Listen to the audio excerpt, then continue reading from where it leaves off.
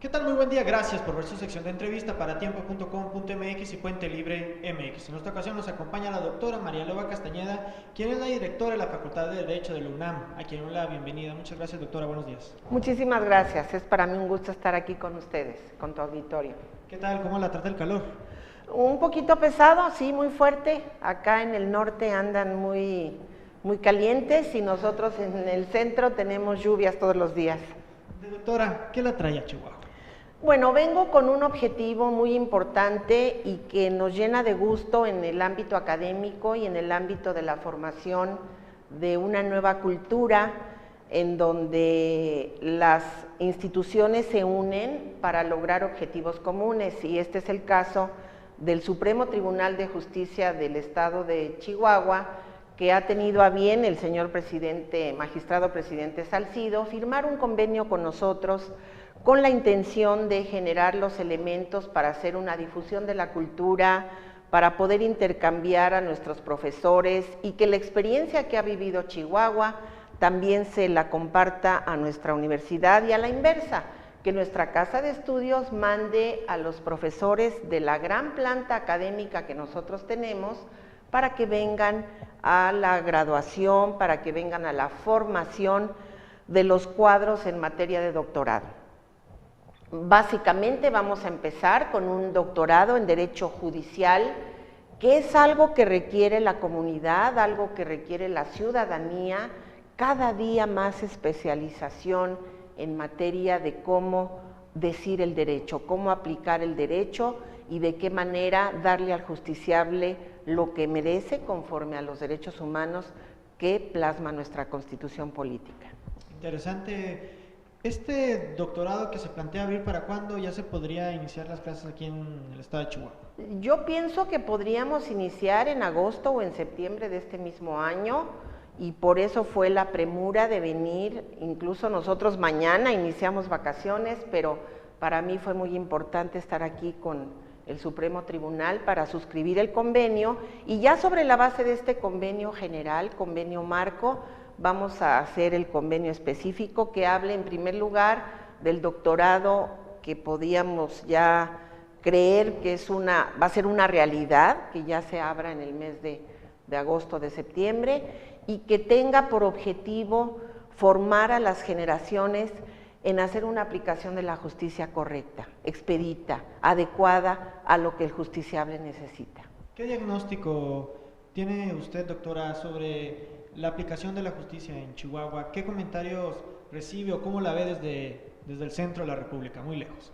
Sí, muy lejos, y más con este gran territorio con el que cuenta el estado de Chihuahua.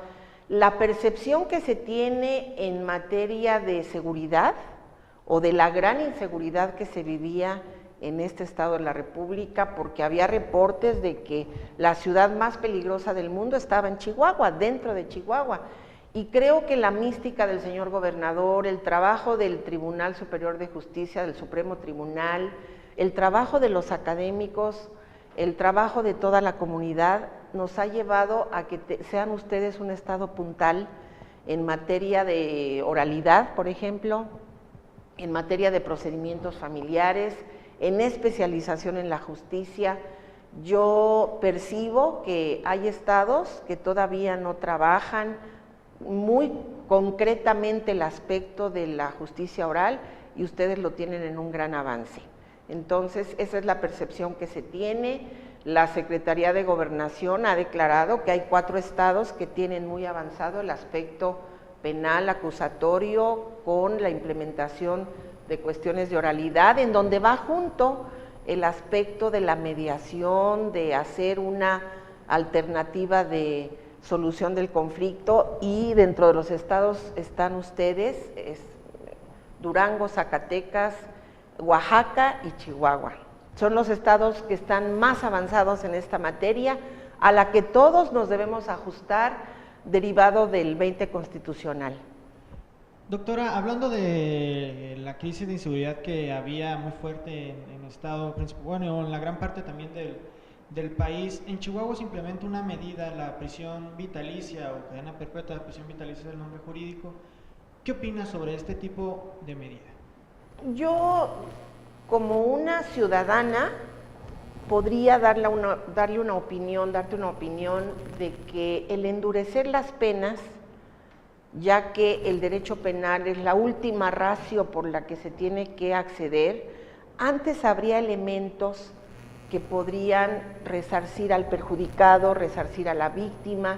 Creo que primero debemos llegar a esas sanciones antes de pensar en una pena que endurezca demasiado el ilícito, perdón, que endurezca demasiado la respuesta por el ilícito, pero que yo creo que no es una medida idónea, no es una medida adecuada. La veo fuera del contexto de lo que es México, porque nunca hemos tenido como norma una tolerancia cero, porque nunca hemos tenido como circunstancia relegar o tener en muerte civil, como se usaba en Francia en la antigüedad, tener en muerte civil a una persona que está ahí, pero que sí le cuesta mucho al Estado mantenerlo, darle el cuidado, darle una administración de justicia dentro del propio reclusorio. Creo que no es una medida idónea, más bien apuesto por la cultura, por la formación, por la reinserción del justiciable que ha cometido una falta, reinsertarlo nuevamente a la sociedad y que le sea útil a la sociedad. Tenerlo en prisión permanentemente, pues no vale la pena. ¿Era necesario aplicar este tipo de medidas, doctora, tan drásticas ante una crisis que era también muy drástica? Bueno, yo pienso que de acuerdo a la necesidad de cada entorno se puede medir o se puede determinar el parámetro, pero no es endureciendo penas como se va a salir del problema. Eso es algo que yo no creo que el costo-beneficio de endurecer una pena no implica que haya un resultado adecuado. Yo creo que es mejor comprometernos moralmente, comprometernos culturalmente, hacer una cultura de la denuncia y que resarcir a la víctima sea una mecánica en donde podamos reinsertar incluso al culpable a la comunidad, que trabaje para la comunidad, que haga otra cosa, pero no tenerlo causándonos un gasto y sobre todo a veces aprendiendo mucho más a delinquir dentro, porque las nuevas tecnologías ahí a veces son aplicadas para perjudicar en lugar de un beneficio, ¿no? Doctora, jurídicamente hay muchos temas, como el derecho es una rama que impacta a la sociedad de manera brutal, pero un tema que me gustaría también tocar es el Código de Procedimientos Único a nivel nacional que se aprobó. ¿Usted cómo observa este tipo de este nuevo documento que pretende regular ya todo el país? Bueno, es importante que se tenga un procedimiento nacional, un procedimiento único. Se iba a llamar código, se iba a denominar código único y terminó siendo un código nacional o un código al que todos los estados, todas las entidades, incluido el Distrito Federal, y además ya se aprobó constitucionalmente por las 3/4 partes de la Federación, pero este código todos nos tenemos que alinear.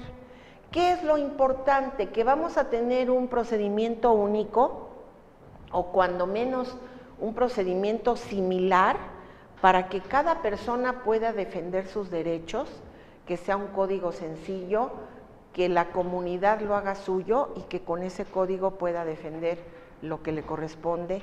Me parece muy importante, pero además es un compromiso que tenemos derivado del artículo 20 constitucional, y esto creo que cada entidad lo va a tener que adaptar un poco a lo que es su realidad social. No puede ser algo genérico, pero sí es perfecto que haya un prurito, una ambición de tener un procedimiento único para que todos accedan a una defensa adecuada, a una justicia pronta, expedita, como lo determina nuestra Constitución, elevada al carácter de un derecho humano fundamental.